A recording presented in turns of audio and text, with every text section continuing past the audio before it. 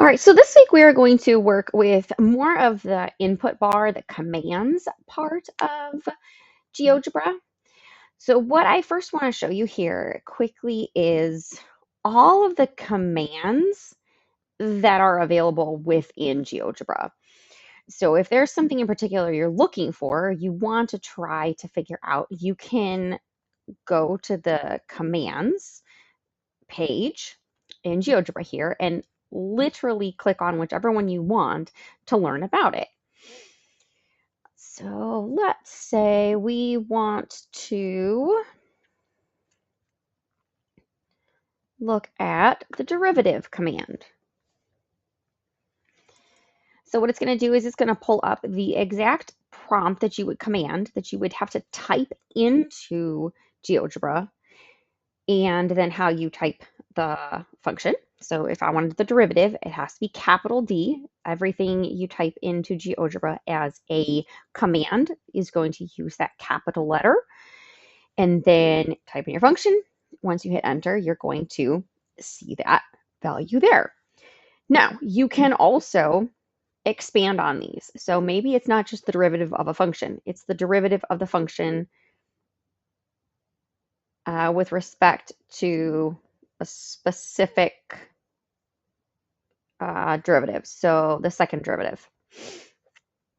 The derivative with respect to a variable, if you have more than one variable. Derivatives of curves. So you have all these other options for each command, and each one is going to have kind of its own little setup here of how you're going to enter it so that you can get the answer you want. Another way to look at it here is just by the categories. So 3Ds, algebras. We're going to work through some algebra ones today, some geometry ones, or sorry, algebra, calculus, things like that, as far as some of our commands that we're going to use to be able to answer some of our questions. There will be other ones that I give you that I want you to search and figure out how you type it in so that you can get the correct answer. So you guys can use this page here just to be able to find the commands and how you're supposed to use them. So let's say we're going to enter an equation here. So y equals, I'm going to do a polynomial, x squared minus, oops, got an arrow out there, minus 2x, and then minus 1. Okay, so immediately it's going to put your graph here. If you right click on the graph and go to your settings, this is where you're going to have all sorts of your settings that you can change. Do you want to show it? Do you want to label it? Is it a fixed object? Do you want to change the color? So I can change the color. Do I want to change the style? Do I want it to be a solid line or a dashed line or smaller dashes? Do I want the line see-through, thicker, thinner? All of those things are going to be available that you guys can look at for your different settings. Once you're done with it, click the X box here. Now, when I've highlighted here, you can already see that these points are kind of marked here. I've got my roots or my zeros, I have my y-intercept, and I have my extremum. But when I uncheck it, it's not there. And if I don't use the command, it's not going to be labeled. So if I want to find, hence the zeros here, I'm going to start typing zeros. That's not working for me. Let's try roots. There it is, roots. So which one do I want to use? Root of a polynomial, root of a function at an initial value? I want root of a polynomial. So I'm going to click this one here. Now, my polynomial is letter F. So I want this letter F to come down here. So I'm going to type polynomial F.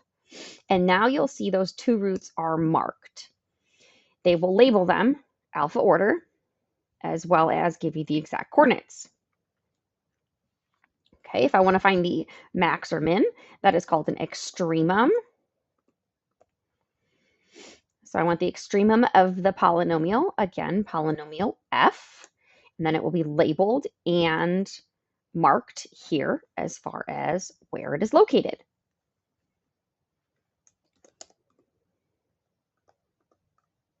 Let's see. Can we find the y-intercept? Let's see if we can figure that out. So let's say y-intercept. Can I find that?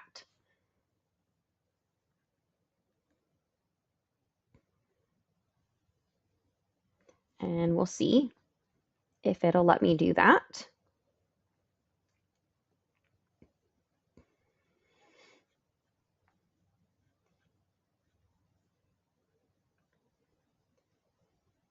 So doesn't quite look like that there. So maybe I'm going to go back here. And what I can do is I can, let's see, go to my tools. Let me see if I can intersect this axis right there. So intersected F with the y-axis. So that got me my y-intercept. So if I wanted to find my x-intercepts or my roots or my zeros, I could also do intersect function with x-axis. There's lots of different ways that we can do the same task within GeoGebra. It's just a matter of how you like to do it. Do you want to use the actual tools here? Click and find them that way, extremum, roots, those tools there. Do you want to actually type them? All of them will work the same, so it's totally up to you how you want to do that. If I add another function in here, so let's say y equals 3x to the third plus 5, let's do minus 1x. We'll do that. Now, I want to change the color. So another way to do that is I can, on the side here, go to its settings, and it pulls that same setting up there. So I want my two functions to be different colors so that I can see the difference here. I'm going to zoom in just a little bit. So let's do those same things again. So this time though, let's find the extremum of the function. So I can click that and it's going to find them. I want to find the roots of the function and it's going to label them. I go back to algebra and they are all listed here. Okay, if I want to find the intersection of the two functions, I could use the intersect tool, or I can type intersect, and I have two objects. I have function f, and I have function g. And then you'll see there that is labeled j is the intersection of the two functions. Okay, so lots of different things you're going to play with as far as that part goes. Another fun thing that we can do here, I'm going to clear this one out and I'm going to go back to just my initial function that I had here. So I'm going to uncheck all of these. It literally hides all of these values. So I don't have to necessarily start over if I don't want to. Okay, so I'm going to go back to this original function. What I want to do is what's cool is I can show the derivative function. So what I'm going to do is I'm going to put a point on my parabola here. You want it to be a movable point. So don't ever pick one of your roots as those will be a stuck point. I want to make sure that this point is movable. Okay, now I am going to add a tangent at that point. I just have to find where that tool is. It is in here. Tangent. Okay, so select the point or the line, then the conic or the function. So we want to draw a tangent between this point and that function.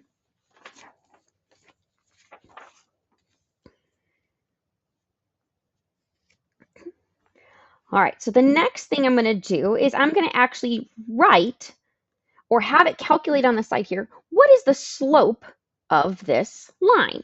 So what I can do is I can let any letter or word, so I'm going to let, I'll just use the letter S, is going to equal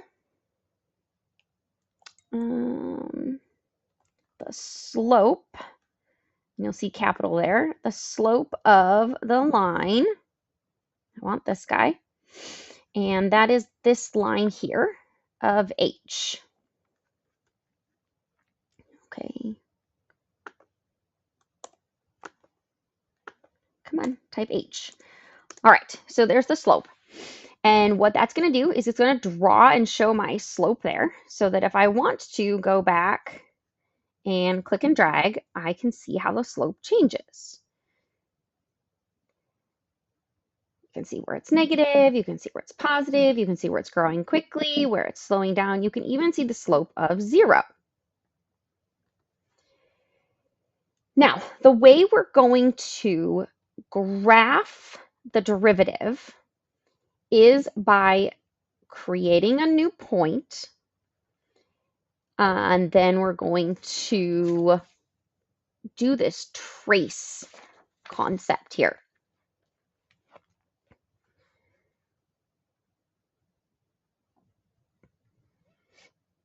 So I need to now make a new point. I'm going to make that point capital S is going to equal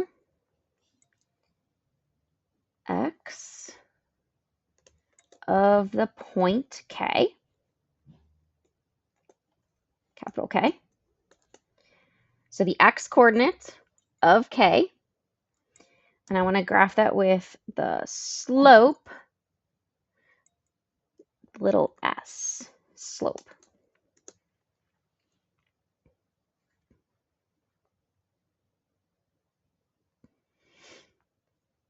All right, so here's my point. I am going to turn tracing on this point. So I'm going to go here, click Show Trace. Now, as I move this, it is going to graph the slope of this function. So it's currently graphing the slope at this value 1.6. So if I move it this way, you'll see we hit a slope of 0. And then our slope is negative. So we can show how the slope of a quadratic creates a line. And now we can verify that by saying, okay, well, what is the derivative of our initial function, f? It keeps...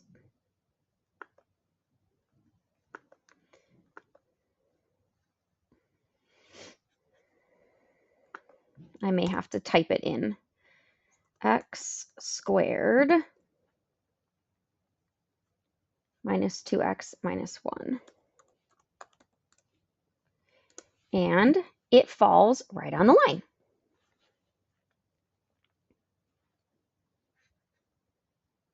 So we'll do another one. I'll do my cube one here. Let's see if I can copy this and make a new page. Just to show you again. All right, so here's my function. So we know a cubic function, if we take the derivative, we're going to get a squared function. But we want to be able to trace it first. We want to show it first.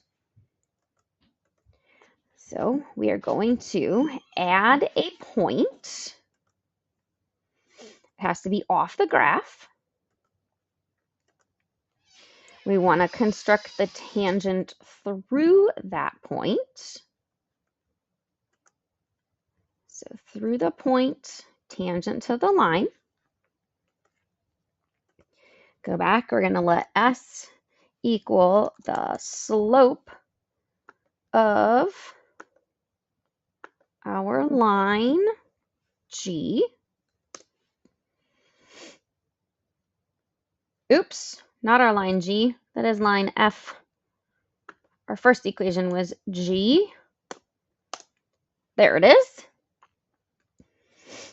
Now we're going to create our new point S, which takes the x value of the point and graphs it with the slope. You may need to zoom out or in to be able to find that point so that we can turn on trace. And then once trace is on, you can move your point here.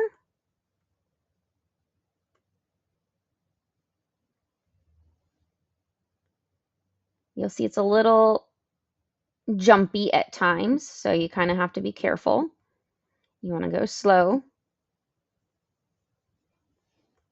And then we can verify it by typing what is the derivative.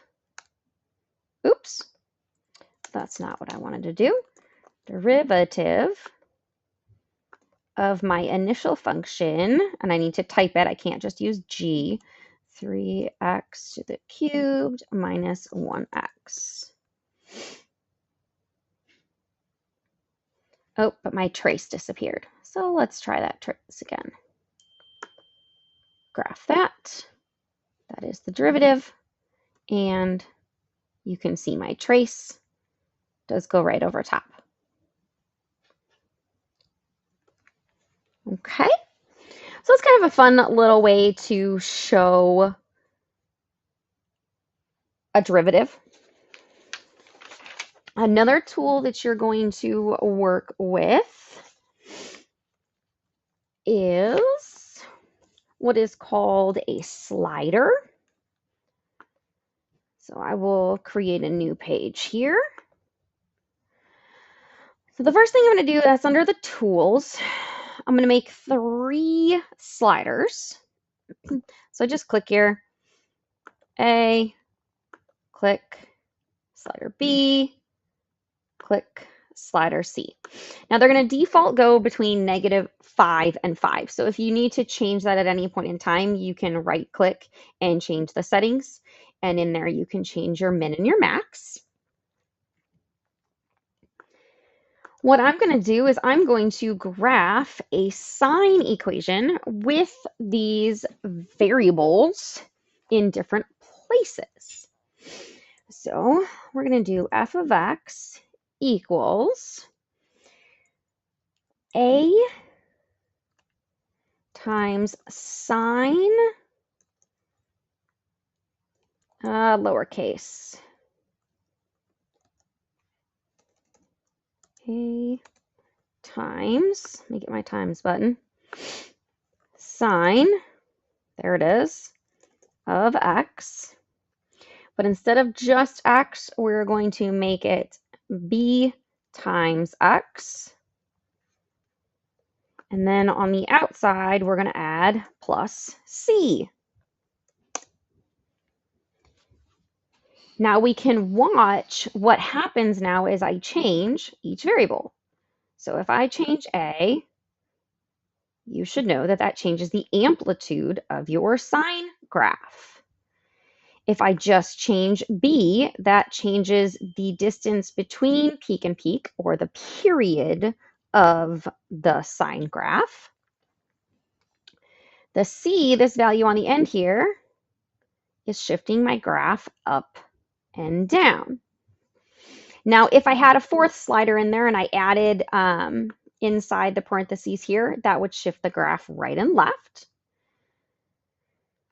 So this is a great way to show how different placements of numbers in a function can change that function. You are going to do an example with a polynomial with the coefficients a, b, and c for a ax squared plus bx plus c. And you're going to try to get a parabola that falls directly over an image that you find. So you guys, for your assignment, are going to find a real life parabola. So real world parabola. And you get to pick what picture you want. So I want to use this picture. So I'm going to see if it lets me copy and paste it.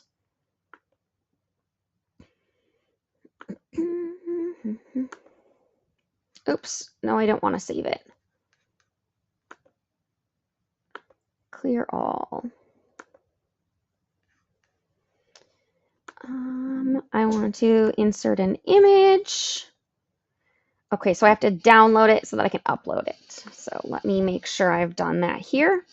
So I'm going to save image as. Sure, parabola water trajectory. All right, so now I'm going to upload it.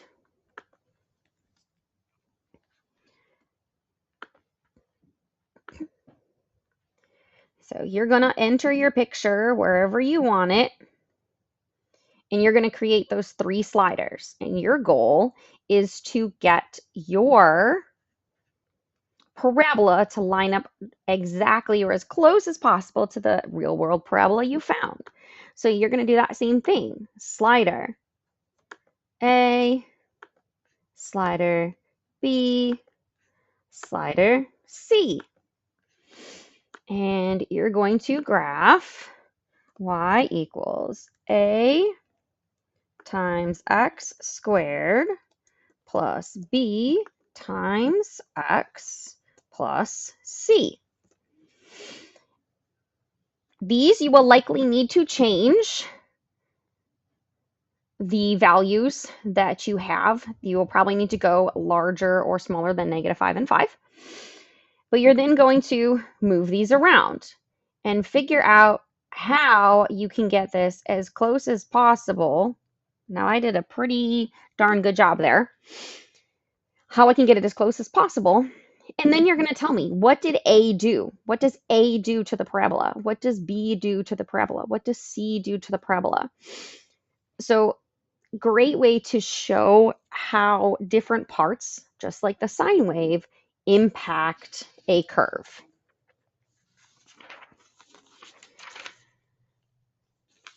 So that is what you guys are going to work on.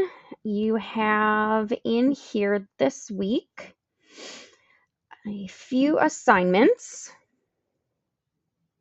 under week 2.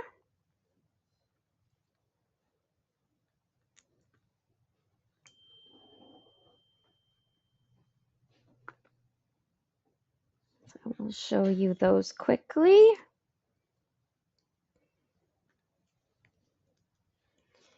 So remembering that any of the PDF tutorials are up in the top here, you may also see something from last week that is also helpful. First one here is this document, practicing with the GeoGebra commands. So just learning some of these other commands of how I would type them in. So if you get stuck, just go to that main command page to figure out how you're going to type each of these in. Expand, greatest common divisor, least common multiple, things like that. You're also going to do an example with integrals, finding the area under the curve, but using the rectangles, left sum, upper sums, which is a right sum, trapezoid sums, there's also midpoints, and then how to actually do an integral inside of GeoGebra as well. So any of those, you can go to that command page and look up how to type in the command, what you're going to enter for the function, lowers, uppers, things like that. The next 3 are on one document here, but you're going to separate how you upload them. So the first problem will go here, second problem will upload here, and the third problem will upload there. All 3 of them are on this document. So the first one is just graphing some lines, changing color, thickness, style. The second one is that real world parabola. And then the fourth one is working with that tangent line and the slope, being able to draw the slope, make sure you can move it so the slope changes, and again, finding those extremas and talking about increasing and decreasing of the function. And then the last thing for the week are your 2 problem-solving journal problems.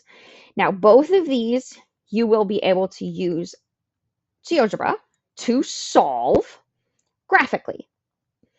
You also have to then go back and solve these algebraically. So you solve them graphically, you know what the answer needs to be, then go back and solve them algebraically. See if you can make the 2 match. All right, so that is what you guys are going to work on this week. Feel free to just take your time, have fun, and look at GeoGebra, what it can do if you want to spend time trying to learn something else. And you can come back and tell us about something else you learned when we meet back in class next time. You can do that. Otherwise, if you have any questions this week, just make sure you send me an email and I will get back to you as quickly as possible.